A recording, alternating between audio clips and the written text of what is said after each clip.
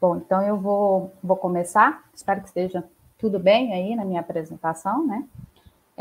Hoje, o tema que foi a mim atribuído foi o uso do biochar na agricultura. Então, como a Renata já fez essa breve apresentação, né, eu sou doutora em agricultura tropical pela Universidade Federal. Atualmente eu estou como pós-doc no INPA e continuo os estudos com biochar e vou trazer um pouquinho desses resultados aqui para solos amazônicos. Então, nessa temática, gente, o uso do biochar na agricultura, ela é uma temática muito ampla, eu enxergo ela como muito ampla. Eu trouxe uma síntese de alguns resultados, basicamente tudo que eu trabalhei, tudo que o grupo, tanto de Mato Grosso quanto do INPA, trabalhou, foi todo voltado com o biochar para a agricultura, mas existem muitos outros resultados, e muitos desses resultados eu trouxe já do nosso grupo de pesquisa para apresentar para vocês. Vou fazer uma breve apresentação sobre a origem do biochar, o que é o biochar, quais são as perspectivas de uso do biochar, e depois a gente adentra mais na perspectiva agronômica dele. Então, o biochar, ou biocarvão, né? O que ele é? Ele nada mais é do que o que a gente está vendo aqui ao lado, esse carvãozinho, que tem diferentes formatos, né? Desde formatos mais esféricos, granulados, muda também o seu tamanho. Então, ele é esse produto sólido, também chamado de carbonáceo, porque ele é rico em carbono, gerado a partir do processo de pirólise. Desculpa aí. Gerado a partir do processo de pirólise de resíduos orgânicos. Esses resíduos orgânicos podem ser de origem animal ou vegetal. Essa daqui é a definição por Lehmann Joseph, que é do livro que a gente traz todo ele como referência sobre o biochar. E também lá no fim ali eu trago uma conceituação que a gente utiliza também, que ele é para uso para fins agronômicos, para ser utilizado na agricultura. Porque tem muita gente que confunde carvão vegetal com biocarvão. Há muita como que eu posso dizer? Não é meio que uma confusão, é uma comparação sobre esses materiais, e o biochar, ele é exclusivamente para uso na agricultura. Lembrando que a pirólise, gente, é um processo de queima, que a gente fala, é uma queima anóxica ou com pouco oxigênio. Então, o processo de transformação desses resíduos em biochar se dá por meio dessa pirólise, que é uma decomposição térmica desse material, que vai concentrar carbono nesse material que vai ficar, no caso, o produto sólido, que é o biochar. E aí eu trago aqui uma informação que é qual foi a sua origem, né? Então, o biochar, os estudos com biochar foram inspirados em quê? Então, gente, aqui eu tenho duas imagens, né? Que é a terra preta de Índia, que é essa mais escura, e um solo aqui da região amazônica, que é um solo vizinho a esse solo encontrado aqui, a essa terra preta de Índia. Lembrando que esses aqui são solos vizinhos, e onde foi se descoberto um alto teor de carbono pirogênico. Então, essa terra preta de Índia foi onde surgiu os primeiros estudos, as inspirações do biochar, foi tentando reproduzir essa terra preta de Índia, que é encontrada em regiões amazônicas, que ela foi construída por povos ameríndios aqui da região amazônica, onde eles depositavam seus resíduos, queimavam. Então são vários fragmentos encontrados, né, várias manchas de solos chamadas de terra preta de Índia, onde tem uma alta concentração de carbono, e a fertilidade desse solo, que foi o que mais chamou a atenção, ela é altíssima comparado com o solo que tem ao lado. Então, normalmente, os solos amazônicos, eles são, a maioria deles, a grande maioria, são latossolos, que têm baixa fertilidade.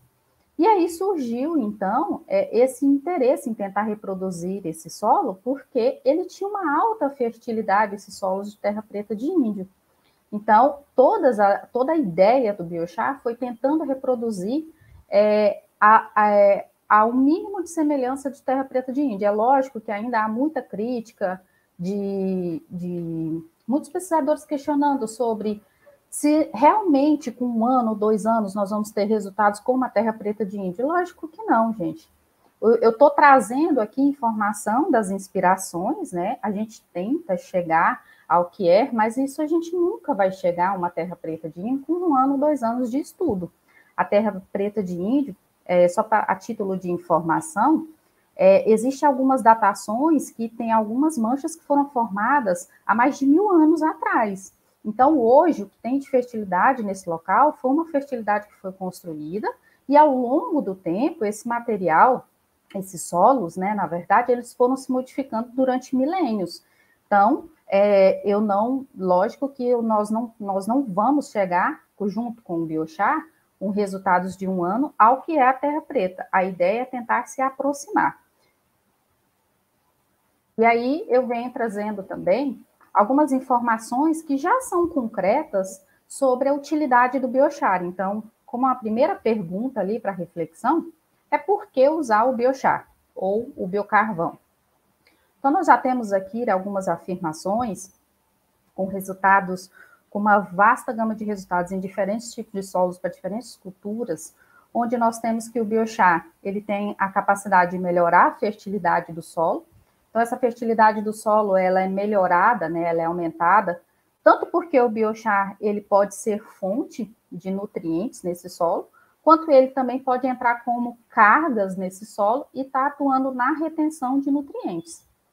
Ele também entra no aumento nos estoques de carbono no solo. Então, lá quando eu falei da definição, que é um material carbonáceo, é um material rico em carbono, esse carbono que ficou retido no biochar vai ficar retido no solo e durante milênios, que é o que a gente vê na terra preta de índio. Então, é um carbono que está sendo estocado durante milênios, e o que a gente espera do carbono oriundo do biochar é que ele fique durante muito tempo. Então, a gente chama de um carbono estável, né? É um carbono que está sendo adicionado no solo, né? De forma estável. Ele também é utilizado para reduzir as emissões de metano e óxido nitroso. Isto pode se dar por 2 fatores, né? Tanto pelas emissões evitadas, porque uma vez que você pega um resíduo, transforma isso em biochar, você tem parte daqueles elementos que tinha ali, por exemplo, de carbono, de nitrogênio nem tanto, mas é mais carbono. Você tem parte desse carbono que vai ser fixado. Então, ele vai deixar de ser emitido na forma de CO2 pelo processo de decomposição e ele vai ser fixado nesse material. E também ele pode reduzir essas emissões através da retenção desses gases dentro da sua estrutura. Então, o biochar tem essas 2 ações na redução das emissões, principalmente ali de metano e de óxido nitroso. Atua também na retenção de água, de nutrientes, como eu falei ali em cima, na questão de melhorar a fertilidade do solo, na retenção de carbono no solo. Tem uma outra questão que é a redução na lixiviação de nutrientes. Então, para solos arenosos, a lixiviação de nutrientes é um problema seríssimo, e o biochar, nesse cenário, ele tem uma perspectiva de reduzir essas taxas de lixiviação, que é uma forma de perda de nutrientes no solo. E como que ele promove isso, né? Então, eu trouxe aqui a carinha do biochar, né? A estrutura dele, como que ele é. Então, internamente, o que a gente enxerga, né, aqui é uma imagem de microscopia eletrônica, aqui nós estamos vendo macroporos, microporos, essa estrutura interna é literalmente cheia de poros, macro, micro e mesoporos. E essa estrutura carbônica aqui, ela está ligada por anéis aromáticos, por isso é um carbono recalcitrante, que a gente fala, né, um carbono estável, porque ele está ligado com anéis benzênicos, então é um carbono que estruturalmente ele vai ser difícil de ser degradado rapidamente, e além disso, ele tem grupos funcionais na estrutura periférica, então ele tem cargas na sua parte periférica. Essas folhas que nós estamos vendo aqui de carbono, né, esses grupos, esses anéis aromáticos que nós estamos vendo, eles podem estar também no formato de folhas sobrepostas, que é o que mostra aqui do lado, semelhante a estruturas grafíticas, né? Então, isso evidencia aqui, já deixa claro que é um material, além de estar em anéis benzênicos, ele está em formato de folhas, que é difícil a sua degradação.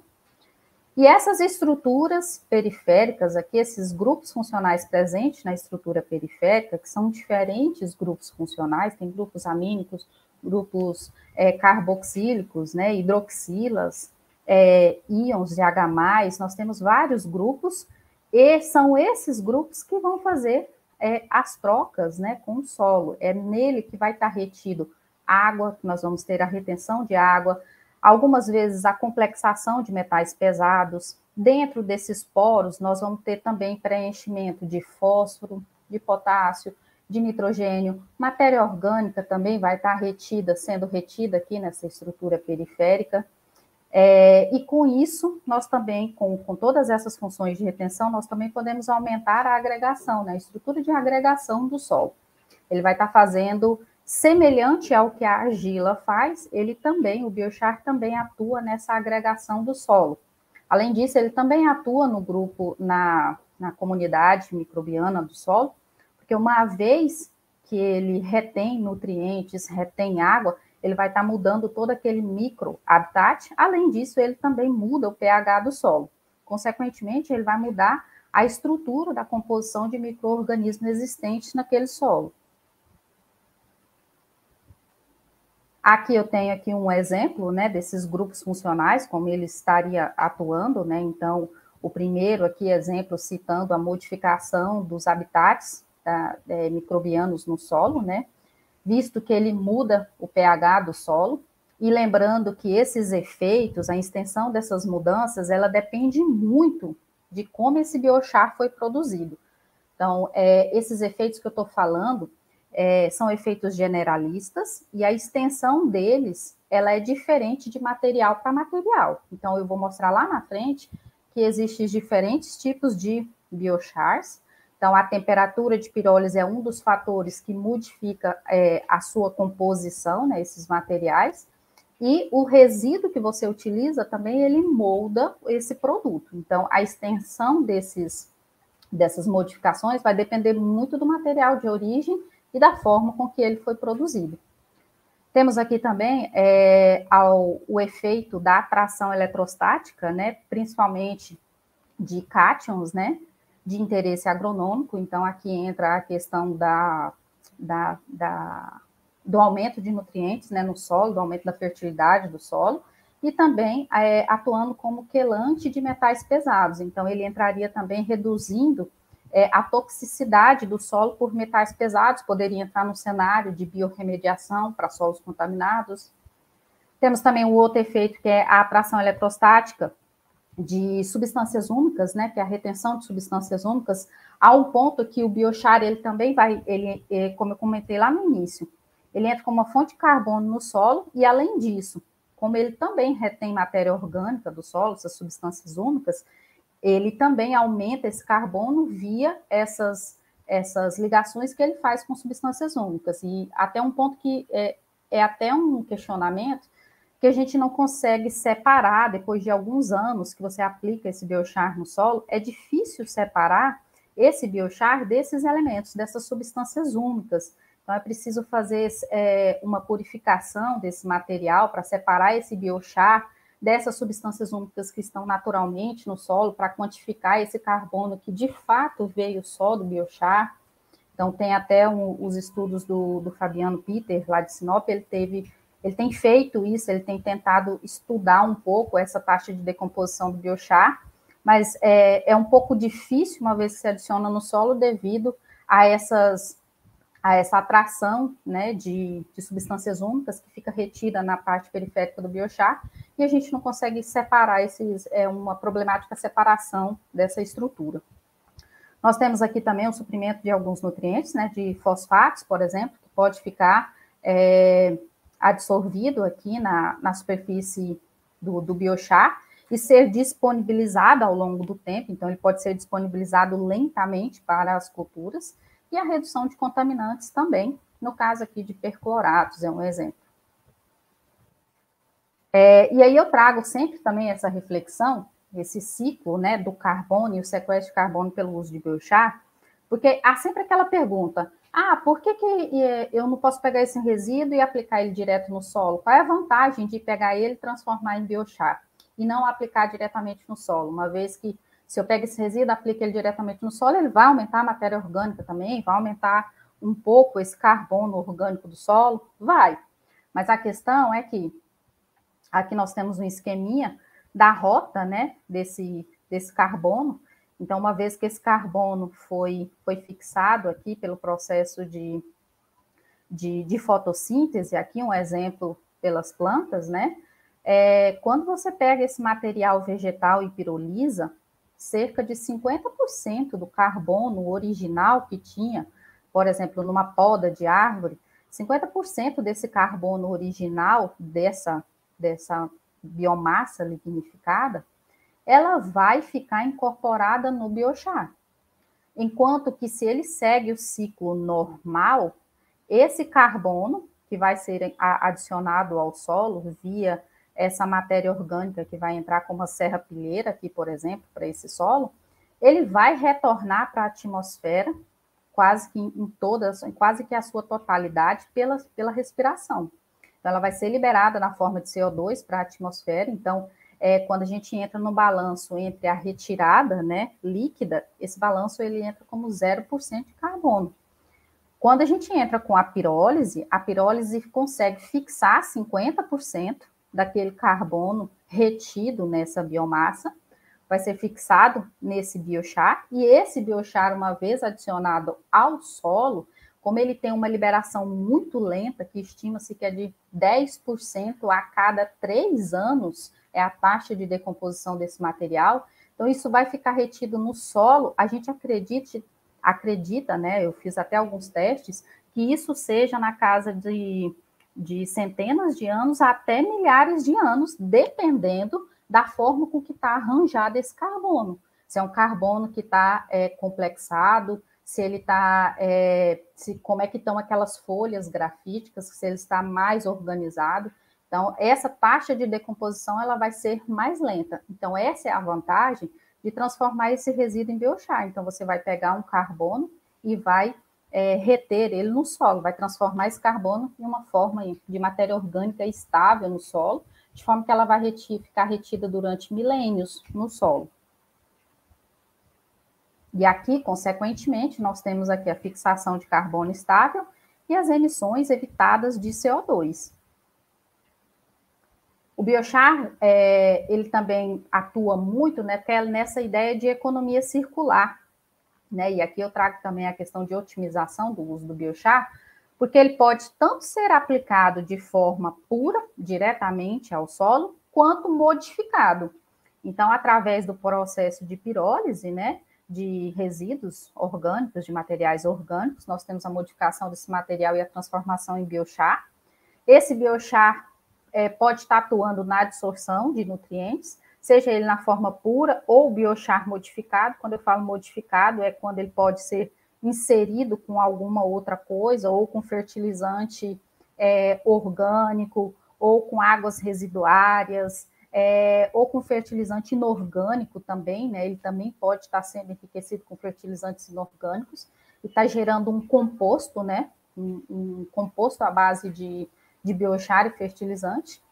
E isso também vai estar atuando na liberação, ele pode estar atuando, dependendo da tecnologia que foi inserida ali, ele vai estar liberando esses nutrientes de forma lenta e está aumentando o crescimento das culturas, né? Está atuando nessa, não só como um condicionador de solo, mas também como um fertilizante.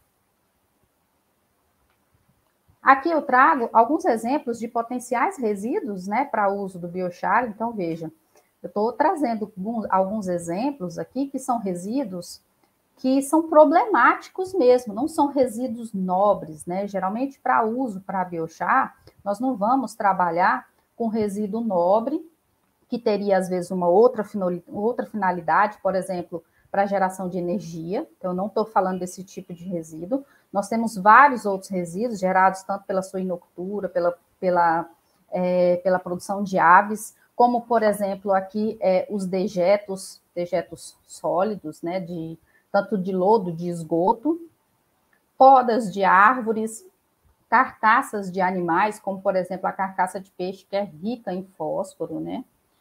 Temos aqui, por exemplo, o resíduo da castanha, resíduo do açaí, isso aqui são alguns exemplos daqui da minha região onde eu atuo, né? Aqui hoje eu estou atualmente em Manaus, e aqui são alguns resíduos bem problemáticos, né? Em questão de volume e concentração desses resíduos, né? Então, eles são gerados em grande volume, está concentrado em um espaço pequeno. Da bovinocultura também nós temos diferentes resíduos que podem ser utilizados, então aqui são apenas alguns exemplos. Que todos esses, tanto de origem animal quanto de origem vegetal, pode produzir biochar. Então, nós temos o biochar, além de ter todas aquelas vantagens que eu mencionei, nós temos a resolução também de um outro problema, que é a problemática dos resíduos, né? Então, nós temos a solução para esses resíduos, né? Então, nós temos uma redução na questão de tratamento e destinação adequada desses resíduos orgânicos sólidos. Então, o biochar, ele atua também nessa perspectiva de resolução de resíduos, resolução desses problemas. Eu trouxe aqui um panorama, que foi o panorama gerado para Mato Grosso, é bem recente, esses dados foram publicados agora em 2022, foi o panorama de resíduos sólidos orgânicos gerados em Mato Grosso, só para a gente ter uma noção da quantidade de resíduos que tem disponíveis e que poderia ser utilizadas para a produção de biochar. Então, somente em Mato Grosso, os dados levantados da agricultura e pecuária, nós temos mais de 268 milhões de toneladas de resíduo geradas por ano e mais de 3 milhões de metros cúbicos de resíduos da madeira. Então, esses resíduos da agricultura e agropecuária foram quantificados o quê? Resíduos do algodão, resíduos do arroz, resíduos da cana-de-açúcar, resíduos do milho, da soja, da pecuária, resíduos lenhosos e resíduos de transformação da madeira. Então, aqui nós temos aqui esses números, né, esses totais, para cada uma dessas cadeias de produção. Lembrando que muitos desses resíduos são retornados ao solo. Aqui são quantitativos, né, dos totais, tanto ali no beneficiamento desses produtos, desde a produção até a transformação desses produtos. Mas veja que nós temos uma quantidade significativa para o estado de Mato Grosso e que poderia, parte disso, ser direcionada para a produção de biochar. Então, qual a solução, né, para isso? O que eu trago, né, a nossa temática é a produção de biochar. Eu diria que ela é a solução para o manejo de resíduos sólidos orgânicos, para a fertilidade do solo e para o sequestro de carbono no solo. Aqui eu trago agora, gente, alguns resultados, né, um compilado de resultados da nossa experiência com o grupo em Mato Grosso, liderado pelo professor Eduardo Guimarães, que é uma experiência de 11 anos de pesquisa com o biochar, todos eles utilizados para fins da agricultura. E aí nós tínhamos algumas perguntas, né? Quando a gente começou a estudar o biocarvão, o biochar, nós tínhamos várias perguntas. A primeira delas era entender o efeito da temperatura de pirólise, já sabendo que o tipo da matéria-prima e a temperatura de pirólise influenciava no tipo do biochar, na característica dele. Então, nós procuramos inicialmente responder essa pergunta: como a temperatura de pirólise influencia na composição dos biochars? E aí nós selecionamos, né? Nós tivemos que selecionar alguns resíduos. A nossa ideia foi selecionar aqueles resíduos produzidos em maior quantidade no estado de Mato Grosso. Então, nós selecionamos 4 resíduos produzidos em grande quantidade. O primeiro deles aqui é o dejeto de suíno. O segundo é a casquinha do algodão, é tudo aquilo que sai de resíduo lá do beneficiamento do algodão, a torta de filtro da cana-de-açúcar e o cavaco de eucalipto.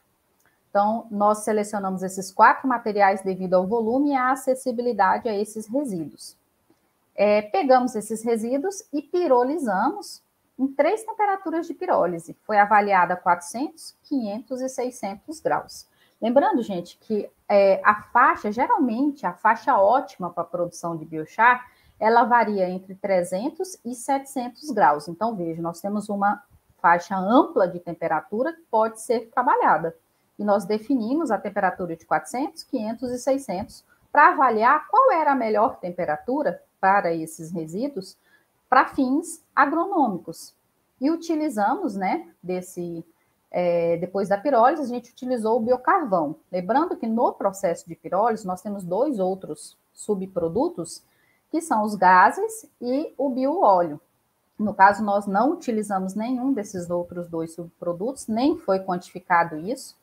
Utilizamos apenas o biochar. Os resultados que eu trago são dos biochars. Aqui eu trago, foi uma caracterização inicialmente, uma vez que foi produzido esses materiais, nós fizemos uma caracterização bem ampla desses materiais, do ponto de vista de carbono, como que estão essas ligações entre esses carbonos, a composição desses biochars, como que está a superfície específica, poros. Então, não foi feita uma caracterização bem profunda. Eu não trago todos esses resultados, trouxe apenas uma síntese deles, mas são vários deles já estão publicados e eu posso disponibilizar o link ou o PDF para quem quiser. Pois ao final eu posso repassar. Aqui é a síntese, né, desses resultados. Então, aqui a carinha, gente, dos biochars, né, que eu trabalhei. Isso foi durante o meu doutorado. O meu objeto de estudo durante o meu doutorado foi caracterização desses materiais e potencial para fins, né, agrícolas, né? Então, nós fizemos vários experimentos com ele, aplicado em solos arenosos, com milho. E aqui nós temos o BC, é a sigla para biochar de casquinha do algodão, BS para biochar de suíno, BE para o biochar de eucalipto e BF para a torta do filtro, nas 3 temperaturas de pirólise. Então, pela análise, pela microscopia eletrônica de varredura, basicamente o que nós temos de informação é a partícula, né, os poros, como é que está a distribuição desses poros. Foi mais para dar uma olhada para essa partícula do biochar, como que ela está. Aqui nós temos uma caracterização sobre o ponto de vista de nutrientes, né, o que ele tinha de nutrientes entre esses materiais. E essas barrinhas aqui, a barra em azul refere-se à temperatura de 400, vermelha 500, verde 600 graus. E aqui a gente inicia com o biochar de algodão, que é rico em fósforo. Eucalipto e torta do filtro não tem assim uma quantidade de fósforo, né, mas não é tão expressiva quanto o de algodão e quanto o de suíno. Então isso daqui já deixa claro para a gente que há uma diferença na composição desses materiais, né, desses biochars, entre a matéria-prima. Então, a matéria-prima molda a quantidade de nutriente presente no biochar. E a temperatura de pirólise tem um efeito de aumentar ou diminuir esses nutrientes. Para fósforo, por exemplo, ele perde-se muito a partir de temperatura de 400 graus. Então, se eu quiser um material rico em fósforo, eu não indicaria temperaturas de pirólise superior a 400 graus, eu pararia aqui. Para potássio, esses 2 materiais, que é o de algodão e de suíno, também são ricos em potássio, e a temperatura de pirólise teve pouca influência sobre o potássio, isso está muito relacionado à temperatura de fusão desse material. Então, o potássio requer uma temperatura maior de fusão para que ele seja modificado, né? Então, foi pouco influenciado. Boro, mostra aqui, ó, indica o biochar de algodão, potencial para enriquecimento de boro no solo. Cálcio e magnésio, nós já temos, todos os biochars têm uma quantidade significativa de cálcio e magnésio, chamando a atenção aqui para o biochar de torta de filtro. Então, veja, nós temos diferentes biochars e cada um, eu diria que ele tem um potencial para diferentes perspectivas.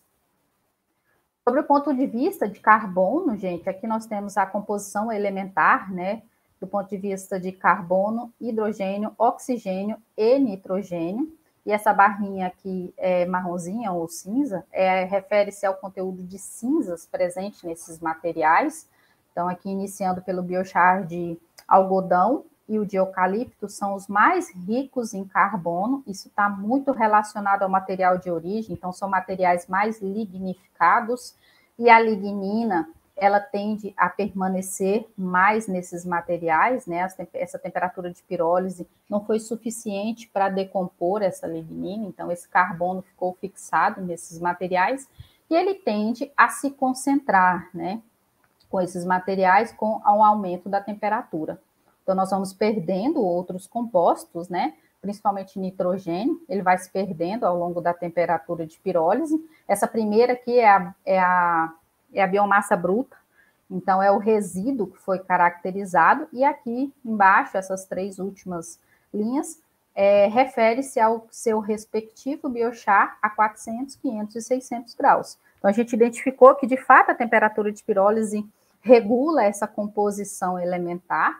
Com o aumento da temperatura de pirólise, o que já era esperado, você aumenta, né, a concentração a composição de carbono. Isso, na verdade, porque você está perdendo alguns compostos e você está...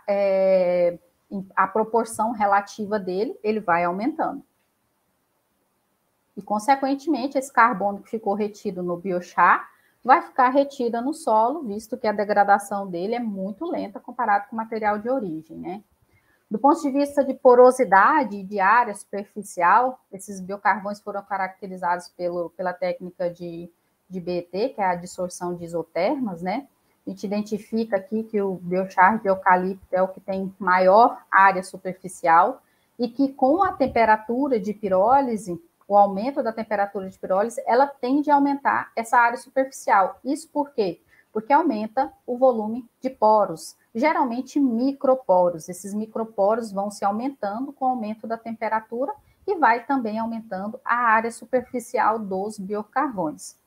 E o biocarvão de eucalipto é o que teve a maior área superficial contribuída, né, na verdade, pela quantidade de microporos, que é o que teve maior quantidade de microporos. Então, consequentemente, esse material seria um dos materiais que a gente esperaria que fosse mais reativo no solo, porque ele teria uma maior área superficial. E aí surge, gente, depois que nós caracterizamos esses materiais, surge, então, a segunda pergunta, né? Vem a segunda pergunta, que foi entender quais são os efeitos desses biocarvões oriundos de diferentes matérias-primas e diferentes pirólises. Qual é o efeito deles na retenção de água, no desenvolvimento e nutrição das plantas, quando aplicado em um neossolo quartzarênico? Então, vem primeiro a questão do porquê o neossolo quartzarênico. Então, o neossolo quartzarênico é um solo extremamente arenoso, né, com maior predominância de areia, né? E aí nós temos a questão que esse solo, ele tem uma expressão muito grande no estado de Mato Grosso. Então, os neossolos ocupam hoje cerca de 14% do território de Mato Grosso. Isso representa mais de 12 milhões de hectares somente de neossolos. Então, aqui nós temos a distribuição dele no estado de Mato Grosso. E a característica desses solos é que nós temos a questão da predominância absoluta de quartzo nesse solo, a baixa capacidade de retenção de água e de nutriente nesse solo, que requer um manejo muito mais cuidadoso quando utilizado para fins agrícolas, e a baixa retenção de matéria orgânica e a alta lixiviação desses nutrientes, né? Aqui nós temos, então, gente, aqui são fotos reais do solo que a gente utilizou para os experimentos. Então, nós utilizamos cerca de aproximadamente 4 toneladas de solo que foram coletados. Foram solos que foram coletados de um talhão que já era comercial, então era um solo que já era corrigido, que era utilizado para plantio de algodão. Aqui na foto já dá até para ver meio branquinho aqui ao fundo, é o algodão que estava plantado na área, né? Que é um talhão comercial do Grupo Bom Futuro, localizado ali em Campo Verde. Nós fomos coletar lá, foi um solo cedido e uma parceria que nós fizemos com o Grupo Bom Futuro para estudar os biochars aplicados nesse solo.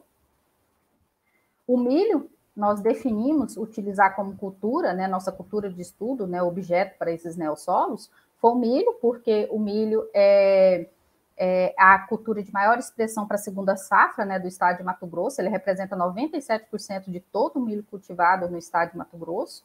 A maioria desse milho é cultivado em neossolos quartzarênicos, então trouxe já lá aquela questão que ele cobre 13% da área do estado. E a grande problemática é que quando ele entra nessa segunda safra, ele entra num período que nós já não temos chuva regular em Mato Grosso. Então, nós temos um período de veranico, às vezes de 2, 3 semanas, sem cair uma gota d'água, às vezes muito mais que isso também. Então, é uma cultura que sofre, né, apesar dela ser tolerante, né, a esses veranicos, a esse estresse hídrico, ela entra no período bem problemático, considerando que ela esteja em um solo arenoso, em um neossolo quartzareno, que essa problemática é agravada ainda. Então, nós trabalhamos com esse cenário, a projeção do biochar para solos arenosos e utilizando o milho como segunda safra. Aqui eu trago os resultados dos experimentos que foram feitos, né, foram feitos em caso de vegetação, com aquele solo, né, então foram feitos uma série de experimentos. Todos esses experimentos foram randomizados em blocos casualizados, onde nós utilizamos o milho como cultura teste. Eles foram conduzidos por 42 dias, né, e nós avaliamos tanto a planta, quanto que foi alocado de nutriente para a planta, quanto que ficou no solo. Então, nós monitoramos todos esses parâmetros, e todos esses, lembrando que todos esses tratamentos, né, eles foram com mantida adubação e água padrão para todos eles. E a única diferença foi a adição de biocarvão. O biocarvão entrou como um plus nesse sistema. Aqui eu vou trazer alguns resultados, né? Aqui é a biomassa do milho, né, em relação a doses de biochar. Nesse experimento, nós testamos doses dos diferentes biocarvões, né? Dose variando de 1% a 4%, a roxinha aqui é a dose de 4%. Essa linha tracejada que eu trago aqui, chamando a atenção, ele é o controle. E aí, quando eu olhei para esses dados, assim, pela primeira vez, me bateu meio que um desespero, sabe? Eu pensei, pronto, perdi meu doutorado, ninguém vai adotar essa política de biochar. Pensei, nossa, acabou, né? Não vou ter que refazer tudo, eu fiz alguma coisa de errado. E aí, por quê? Porque nós temos aqui o biocarvão de algodão e de suíno, que foram muito menores. A biomassa do milho foi muito menor do que a do controle. Enquanto que de torta e de eucalipto, não. Para a torta, eles foram maiores do que o controle, então era um plus que já era esperado. E para algodão e suíno foi bem menor. Aí veio a pulga atrás da orelha, o que está acontecendo, por que essas plantas estão reduzindo, né? Aqui a foto, né, dos tratamentos, né, com as suas respectivas doses, como referência que nós temos sempre o controle, os diferentes tipos de biocarvão e as doses. E era nítido isso nas plantas, aumentava a dose para biocarvão de algodão e biocarvão de suíno, as plantas reduziam. Então, estava havendo um efeito fitotóxico ali do biochar para o milho, desculpa, falei para o milho, estava havendo esse efeito fitotóxico que até então eu não imaginava o que seria. Primeiro porque essas doses, elas foram utilizadas, né, pré-definidas, de acordo com o que a literatura recomenda. Então, e estava tendo efeito contrário para esses dois biocarvões. Enquanto para o biocarvão de eucalipto e de torta, não. Ele não tinha esse efeito. E aí veio a pulga atrás da orelha. E conversando, né, com vários professores, principalmente o professor Fernando Scaramuza, eu tenho enorme gratidão por ele que fez uma indagação que foi: por que eu não testei doses menores que 1%? Mesmo que a literatura recomenda 5% para alguns biocarvões, às vezes, para esse conjunto de biocarvão, ele foi fitotóxico. E aí tá. Então, nós fomos tentar entender o que estava acontecendo, né? No experimento anterior, esse comportamento também se manteve, então foram 2 experimentos. Esse aqui foi com 5%, que também manteve o mesmo comportamento. E analisando melhor esse resultado, o que a gente identificou? Quando a gente olhou para a condutividade elétrica do solo, esse gráfico aqui dentro traz a condutividade elétrica do solo. Essa barra cinza é o controle, é o que não tem biochar, e esses coloridos são os biochar. E a gente observou que os biocarvões, né, esses biocarvões que reduziram a biomassa, tinham uma condutividade elétrica elevadíssima, até maior do que o milho tinha de tolerância à salinidade. Então, o milho tolerava, lá a literatura falava que era 1,7 de condutividade elétrica, esses biochar chegaram, às vezes, até 4,5 de condutividade elétrica. Então, ele estava 3 vezes mais do que o tolerado pelo milho.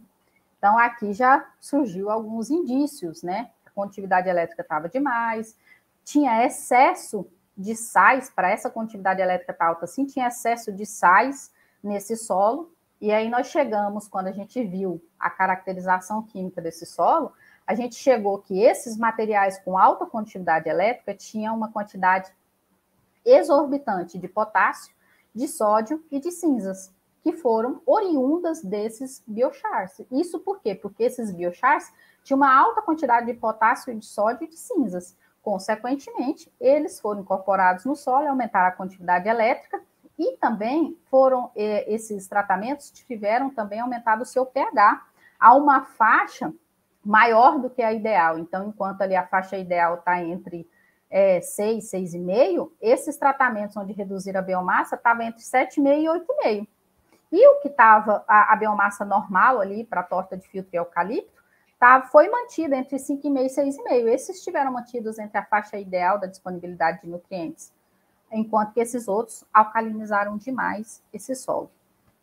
E aí vem, então, que a gente resolveu fazer um segundo, terceiro experimento, quarto, já nem lembro mais na época que foi, mas foram várias, né? Então, veio a tentativa para esses conjuntos de biocarvão, para o de dejeto de suíno e para o de algodão, que são ricos em potássio, em sódio e alguns micronutrientes também, nós reduzimos a dose para eles. Então, nós testamos faixas muito menores. Então, faixas menores que 1%, e nós chegamos que 0,5% aumentava a produção de biomassa. Então, veja, eu chegava no mesmo resultado que a gente tinha do biochar de torta de filtro e de eucalipto.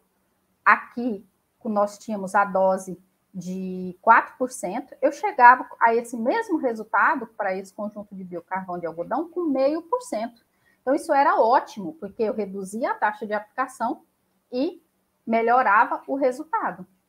E aí a gente conseguiu sanar esses problemas e vimos que isso aqui não foi um erro no experimento, foi justamente que a dose recomendada para a grande maioria dos biochars não valia para esses dois conjuntos de biochar, porque era um biochar rico em macro e micronutrientes. Então, aqui a gente conseguiu sanar a dose, né? A gente chegou qual seria a melhor dose indicada para esse conjunto de biochar, que é uma dose muito menor. E vimos que todos esses biocarvões, eles têm capacidade de incorporar nutrientes no solo. Então, fósforo, por exemplo, mais de 25%, potássio, mais de 15 vezes a incorporação de potássio no solo, cálcio, mais de 60%, magnésio, 3 vezes mais magnésio comparado com o controle. Então, aqui demonstra o grande potencial desses materiais de aumentar a fertilidade do solo. E do ponto de vista de carbono, como que o biochar atua? Será que ele não poderia entrar com uma ferramenta para mitigar, né, esses gases de efeito estufa e aumentar o estoque de carbono? Esse mapa aqui é um mapa do Pronasolos, né, onde ele quantificou o estoque de carbono orgânico no solo presente na camada de 0 a 30 centímetros. Nós temos áreas mais clarinhas aqui, que são áreas que têm menores quantidades de carbono. Então, o biochar para essas áreas, será que ele não poderia aumentar os estoques de carbono nessas áreas? E aí vem, nós fizemos vários experimentos do ponto de vista de carbono, né? Um deles foi os experimentos de coluna de lixiviação. Então, nós fizemos colunas com esse solo, com a aplicação de biocarvão, e vimos a lixiviação de carbono orgânico dissolvido e de nitrato. Depois a gente analisou o que ficou de carbono nesse solo. Então a gente identificou que o biochar ele é rico em carbono, mas ele tem um carbono lábil, né, um carbono orgânico dissolvido que sai dele muito facilmente, que é perdido nas primeiras 6 semanas. Após 6 semanas, esse carbono estabiliza. A mesma coisa ocorre com o nitrato. Esses biocarvões têm quantidade de nitrato disponível diferente entre eles. O algodão era o que tinha maior quantidade de nitrato e carbono orgânico dissolvido. E quando a gente chegava na 6ª semana de lixiviação, isso se estabilizava. Ao ponto que aqui nós temos um acumulado, né, de lixiviação. Então, esse era o total de lixiviado de carbono orgânico dissolvido e de nitrato. Então, a gente chegou à conclusão que saía muito carbono na forma de carbono orgânico dissolvido e muito nitrato. Porém, o saldo, o que ficava no solo após 6 semanas, ainda era uma quantidade muito grande. Ele quase que dobrava a quantidade de carbono comparado com o controle. Para nitrogênio, ele às vezes chegava a alguns casos aqui, por exemplo, o dejeto de suíno, quadruplicava. a quantidade de nitrogênio no solo. Então, por mais que ele perde muito, mas o saldo que fica no solo, isso ainda é uma grande vantagem. Aqui são alguns resultados, gente, de estresse hídrico. Eu vou passar bem rapidinho, porque eu quero trazer os resultados aqui do Amazonas, né, o que eu tenho trabalhado aqui, só para mostrar para vocês que, do ponto de vista de estresse hídrico, o biochar também melhora o estresse hídrico para o milho, né? Então, o biochar entrando nesse cenário de um veranico, ele consegue reduzir o estresse hídrico. Então, nesse caso aqui, a 60% da capacidade de campo que foi submetido a esses tratamentos, nós fizemos 3 simulações, com 80%, que é o ótimo, com 60% eu já tenho um nível de estresse hídrico moderado e 40% é um nível extremo. Então, no extremo, numa condição extrema de estresse hídrico, os biochar dá um plus, mas é pouco, porque a limitação de água ali é muito grande. Mas, com uma limitação moderada, o biochar consegue aumentar em 60% a biomassa. Então, aqui comprova o efeito que ele também consegue reduzir o estresse hídrico da planta. Isso por quê? Porque o biochar aumenta o conteúdo de água e a água disponível no solo. Então, esses biocarvões de algodão e dejeto suíno, eles quase que dobraram o volume de água disponível no solo. Consequentemente, isso para uma planta lá nesse período de veranico, ela tem mais água para ela utilizar, para fazer todo o seu metabolismo, do que quando não tem adição de biochar. Então, aqui é a barrinha do controle, e aqui foi o plus que o biochar deu na água disponível e no volume de água no solo. Temos também alguns resultados, né, com nematóides. O biochar também teve um efeito na atuação de nematóides. Esses resultados ainda estão sendo refinados, né? Foi algo que assim, eu iniciei durante o meu doutorado, depois nós tivemos um aluno, o João Marcos, que deu continuidade nesses estudos, né? E está trazendo muito em breve essas publicações, que foi o biochar utilizado no controle de meloidógena incógnita. Aqui são os resultados dele para o algodão, né? Então, nós temos aqui o biocarvão de dejeto de suíno, que parece ter um efeito de minimizar o efeito de nematóides, né? As perdas que ele causa para a cultura do algodão. E isso, aparentemente, não é um efeito de supressão ou inibição do nematóide. Isso parece ser um efeito de nutrição de planta, né? Que ele parece que dilui as galhas, né, promovidas, né? Aqui, quando a gente olha para a raiz desses algodão, a gente vê que o biocarvão de dejeto suíno teve uma maior estimulação de raízes, e parece que essa maior estimulação, essas raízes finas, têm maior acesso, logicamente, a nutrientes, né? E ele reduziu, né, o efeito, os danos provocados pelo meloidógena incógnita. Ele não reduziu o seu fator de reprodução, nem reduziu o número de galhas, mas nós temos plantas visivelmente mais desenvolvidas do que com os outros biocarvões. Então, a gente indicaria esse biocarvão como uma possível fonte para controle, né, de nematóides ou redução dos seus danos. Aqui é uma foto, né, da raiz do algodão sem biocarvão e com biocarvão, o quão ela foi bioestimulada para raízes finas, né? Aqui é a equipe de Mato Grosso, né? Eu trago aqui o meu enorme carinho e agradecimento a cada um deles, aos financiadores e parceiros desses estudos em Mato Grosso. Agora eu trago uma síntese, né, bem rapidinha, para fechamento aqui desse tema, que são os novos desafios, né? Hoje, nesse cenário aqui, em Manaus, no Amazonas, eu tenho trabalhado com um projeto que é chamado de uso do biochar de açaí e sua contribuição no manejo dos solos e na sustentabilidade da agricultura familiar no interior do Amazonas. Foi um projeto que foi aprovado, né, pela FAPEAM, e que tem como objetivo avaliar a aplicação do biochar de resíduos da agroindústria do açaí. Então, eu estou trabalhando num cenário com resíduos completamente diferentes do que era em Mato Grosso, e numa perspectiva para uso da agricultura familiar, para o interior do Amazonas, num cenário onde nós temos aqui uma grande problemática, que é a acessibilidade, né, a alguns recursos. Então, nós temos insumos que chegam aqui muito mais caros do que o que nós temos hoje no Centro-Oeste, e o biochar entra nesse cenário.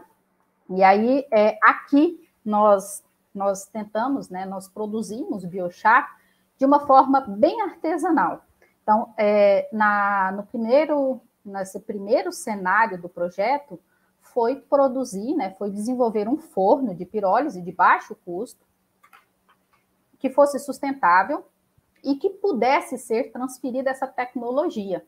Então, nós utilizamos latões, né, dentro de outros latões. Esse aqui é um latão externo, revestido com aqui dentro, não dá para ver, mas aqui tem uma manta térmica, e aqui dentro vai um outro latão, que a gente fala que é o forno reator, né?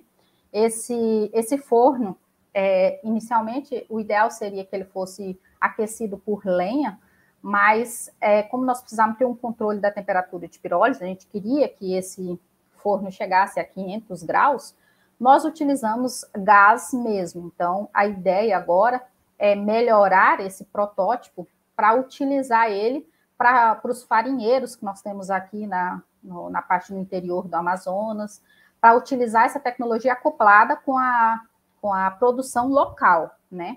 E utilizando o caroço do açaí, que é um resíduo, né, produzido em grande quantidade aqui. Então, nós pegamos esses caroços, adicionamos aqui no reator, esse reator vai acoplado aqui dentro desse forno, e isso foi pirolizado a 500 graus. Nós tínhamos termopares inseridos aqui dentro desse reator, monitorando essa temperatura. Quando chegava na temperatura ideal, a gente controlava a chama que entrava aqui embaixo e segurava a queima. Isso daqui foi mantido pelo menos por 1 hora a 500 graus, e a gente tinha nosso produto, o biocharzinho aqui, as nossas bolinhas de biochar. E depois a gente triturou esse material e aplicou ele em um latossolo amarelo distrófico, e testando ele em vários experimentos, né? Esses resultados ainda estão sendo refinados. Eu vou trazer só uma prévia, né? Nós fizemos experimentos em laboratório, caso de vegetação, campo, testando doses de calcário, doses de biochar, doses de fósforo, doses de nitrogênio. Então, aqui a gente já está tentando combinar o biochar para tentar reduzir a aplicação desses insumos, que é uma grande problemática aqui para a região. O acesso a esses insumos é o elevado custo, né? Então, aqui é um exemplo dos nossos experimentos, né, em campo, que nós fizemos, utilizando como cultura o feijão calpi e o milho, que tem uma grande importância para cá. Avaliamos o ciclo total, então aqui já é uma novidade, porque esses experimentos foram feitos em campo, né? E nós testamos doses de calcário combinadas com doses de biochar para ver o quanto o biochar poderia substituir essa dose de calcário. Se ele poderia substituir parcial ou total, quanto seria de biochar que teria que se aplicar para elevar o pH desse solo. Lembrando que esse solo que a gente trabalhou era um solo extremamente ácido, ele estava ali em torno de 3,5 de pH, e a gente precisava elevar esse pH desse solo para mais ou menos 5,5, né, 5,5, 6, para neutralizar um pouco essa acidez, e avaliamos, né, tudo isso do ponto de vista de solo e de planta. Aqui são alguns resultados preliminares, bem sintético mesmo, que são resultados que ainda estão sendo trabalhados, né? Aqui é o ponto de vista da atuação do biochar, foram doses do biochar, combinada com doses de calcário. Esse 100% é o 100% da dose recomendada para elevar a saturação de bases a 60%. E a gente chegou nesses números aqui, ó, que 40 toneladas de biochar pode substituir metade da recomendação de calcário aplicada. Ou 10 toneladas de biochar poderia substituir 25% do biochar. Ou acima de 10 toneladas de biochar substituiria 25% do calcário.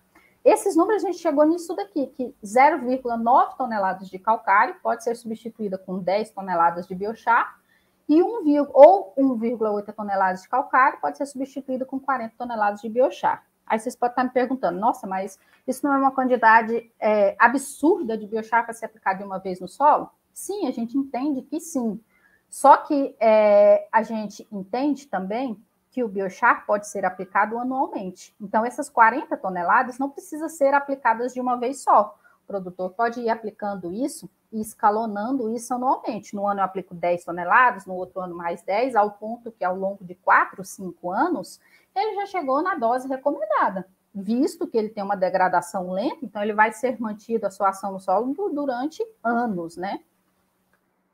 Do ponto de vista de neutralização do alumínio, o que ocorreu com a neutralização do pH ali foi por conta de vista da redução da acidez potencial, né? Então, nós temos redução aqui do alumínio drasticamente nas primeiras doses ali de calcário, aplicando 25% de calcário, e quando a gente combina calcário com biochar, isso reduz drasticamente, ao ponto que aqui, meio a meio, 50% de calcário e 50% de biochar, na dose de 40 toneladas, ele já neutralizou quase que toda aquele alumínio ali no solo. Sob o ponto de vista de disponibilidade de potássio, nós temos aqui uma atuação muito forte do biochar, né? Então, vendo que o biochar contribui, o aumento da dose de biochar contribui para a disponibilidade de potássio. Isso a gente já esperava, né? Porque o biochar ele tem uma quantidade alta de potássio e esse potássio provido via biochar vai ficar disponível no solo, independente da dose de calcário. Então, o potássio não foi alterado com a dose de calcário. O que teve predominância aqui foi o biochar. Para cálcio e magnésio, já foi um resultado diferente, né? Cálcio e magnésio, nós temos aumento de cálcio e magnésio. Biochar contribuiu pouco. A maior contribuição aqui desse aumento foi na função das doses de calcário, né? Aumenta a dose de calcário, era lógico, né? A gente aumentava cálcio e magnésio. Aqui, gente, só para a gente finalizar, né? Eu trago a nossa equipe, né? A equipe do biochar do Amazonas, né? Então, nem sempre a gente trabalha, às vezes a gente também se diverte, né? E trazer também um agradecimento ao grupo de pesquisa Terra Preta Nova, da Amazônia Central, ao qual eu também faço parte, que é coordenado pelo professor Newton Falcão, do INPA. Não está presente aqui nessa foto, mas trago aqui todo o meu agradecimento e também faz parte da coordenação dessa pesquisa. Trago aqui só para a gente fechar alguns questionamentos futuros, né? E qual será o comportamento do biochar quando transformado em nanopartícula? Essa é uma pergunta que a gente tenta potencializar o uso do biochar, e a gente sabe que quanto menor essa partícula, mais a gente aumenta a eficiência dele. Então, surgem esses questionamentos, né? A nanotecnologia vem crescendo agora, nesses últimos anos, para tentar utilizar vários recursos, né? O biochar pode ser utilizado como matriz de fertilizantes, agora não só aplicado como sozinho, mas também com uma combinação de fertilizantes, seja ele orgânico ou inorgânico, e já tem várias publicações, aqui eu trouxe um grosso modo, né? O biochar sendo utilizado como revestimento de fertilizante, ou sendo utilizado como uma matriz acopladora de fertilizante para liberação lenta, né? O mercado de fertilizante é um mercado que está em alta, né? Então, entrando o biochar, ele entra nesse cenário que poderia substituir esses insumos, né? Esses fertilizantes químicos. Se a gente for fazer um cálculo, só como reflexão, se a gente utilizar o biochar para substituir 5% da adubação de fósforo e potássio para a soja e 5% de NPK para o milho, considerando que Mato Grosso, na época, né, que eu fiz esse cálculo, Mato Grosso tinha 9,7 milhões de hectares plantados para soja. Hoje subiu para 11,8, né? Mas considerando esse cálculo antigo, esses 5% de biochar entrando para substituição desses fertilizantes poderiam reduzir, né? Nós temos aqui que são gastos cerca de 4,3 bilhões com NPK por ano em Mato Grosso. Então, esses 5% substituindo NPK para soja e milho, né? Poderia reduzir em 218 milhões por ano. Então, aqui entra uma perspectiva do biochar também centrado nesse cenário como fertilizante, né? Trago também aqui uma informação quente que eu fiquei muito feliz, né? Que Minas vai ter a primeira usina de pirólise de biochar, né? Em grande escala, que até então a gente não tinha, toda essa produção de biochar vinha sendo produzida em pequena escala. Então, Minas recebeu um investimento, uma startup recebeu 20 milhões para investimento em uma indústria de produção de biochar, para entrar nesse cenário, nesse comércio de fertilizante. Como os novos desafios, o nosso desafio principal hoje é um financiamento de um pirolizador. Nós queremos avançar em algumas misturas, testar incorporação, aproveitar também os benefícios de diferentes resíduos. Vocês viram que todos os resultados que eu trouxe foi com as matérias-primas individuais, nós não fizemos misturas, né? Então, a ideia agora é pegar o potencial de cada uma delas, fazer uma mistura, né? Pode ser utilizada para recuperação de áreas degradadas, para agricultura familiar e comercialização. Então, nós buscamos também parcerias com áreas interdisciplinares para desenvolvimento de novas tecnologias. Eu agradeço e estou aberta à pergunta no bloco de pergunta. Está aqui o meu contato, eu estou à disposição. Obrigada, gente.